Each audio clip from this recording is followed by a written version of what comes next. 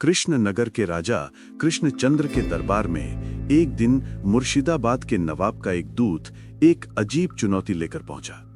नवाब ने ऐलान किया था कि 7 दिनों के भीतर वो राजा कृष्णचंद्र को मूर्ख बनाकर उन्हें आर्थिक नुकसान पहुंचाएगा।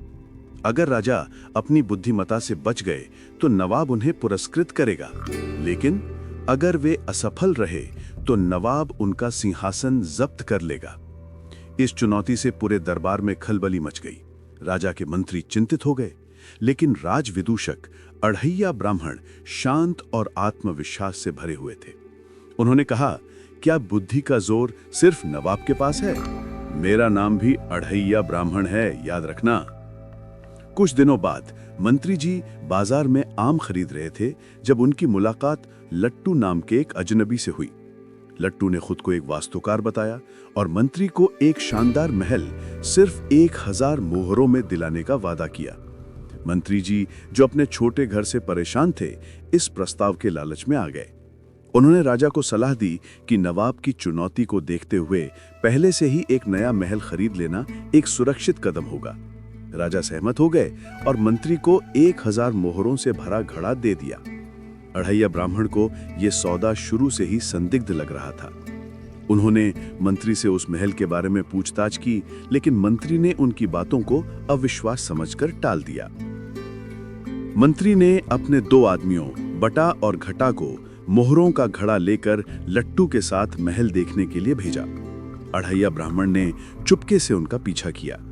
जब वे एक घने जंगल से गुजर रहे थे तो लट्टू ने एक गिरे हुए पेड़ के तने को रास्ते से हटाने के लिए बटा और घटा को रोका। इसी पल का फायदा उठाकर अढ़ैया ब्राह्मण ने असली मोहरों के घड़े को लोहे की चख्तियों पर सुनहरा रंग चढ़े नकली मोहरों के घड़े से बदल दिया। बटा और घटा जब चांदनी रात में उस जगह पहुंचे तो लट्टू ने उन्हें दूर से एक बांस के बने पूजा मंडप को महल बताकर बहका दिया। उन्होंने उसे असली महल समझ लिया और मोहरों का घड़ा लट्टू को सौंप दिया। जब राजा कृष्णचंद्र अपने मंत्री और दरबारियों के साथ अपना नया महल देखने पहुंचे तो सच्चाई सामने आ गई। वे सब एक बांस के ढांचे के सामने खड़े थे। तभी उन्हें नवाब का एक पत्र मिला जिसमें लिखा था कि लट्टू उसी का आदमी था और शर्त के अनुसार नवाब ने राजा को मूर्ख बना दिया था। राजा क्रोधित होकर मंत्री पर चिल्लाने लगे, लेकिन अढ़ैया ब्राह्मण ने उन्हें शांत किया और कहा, अभी तो खेल शुरू हुआ है महाराज, अब मेरी बारी है। अढ़ैया ब्राह्मण तुरंत मुर्शिदाबाद के लिए निकल पड़े। वहां पहुंचकर उन्होंने नवाब से कहा कि महाराज कृष्णचंद्र ने अपनी हार स्वीकार कर ली है और अपना मुकुट त्यागना चाहते हैं, लेकिन उनकी एक अंतिम इच्छा है कि वे राजमहल के पास एक खाली जमीन पर बागवानी करके अपना शेष जीवन बिताना चाहते हैं, जिसके लिए उन्हें 2000 मोहरों की आवश्यकता है। नवाब अपनी जीत के अहंकार में इस योजना के पीछे की चाल को समझ नहीं पाया। वो खुद उस जमीन का निरीक्षण करने के लिए कृष्णनगर आया। अढ़ैया ब्राह्मण ने पहले से ही एक वैज्ञानिक मित्र की मदद से एक अद्भुत घास का कालीन बनवाया था, जो दिखने में बिल्कुल असली घास जैसा लगता था। उन्होंने इस कालीन को एक बड़े तालाब के ऊपर बिछा दिया।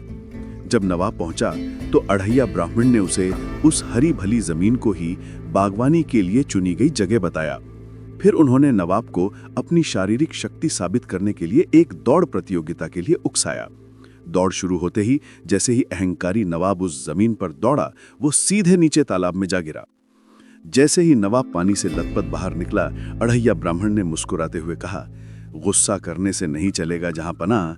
जैसे आपने दूर से महल दिखाकर महाराज को बांस का किला बेचा था, वैसे ही महाराज ने भी खाली जमीन बताकर ये तालाब दिखाकर आपसे मोहरें हासिल की हैं।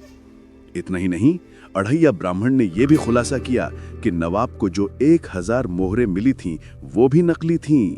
ये सुनकर नवाब पूरी तरह से पराजित हो गया।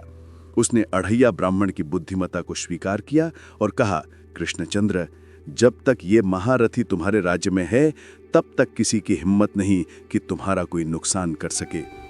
इस प्रकार अढ़ैया ब्राह्मण ने न केवल राजा कृष्णचंद्र का सम्मान और सिंहासन बचाया, बल्कि नवाब को उसी के खेल में मात देकर अपनी चतुराई का लोहा मनवाया।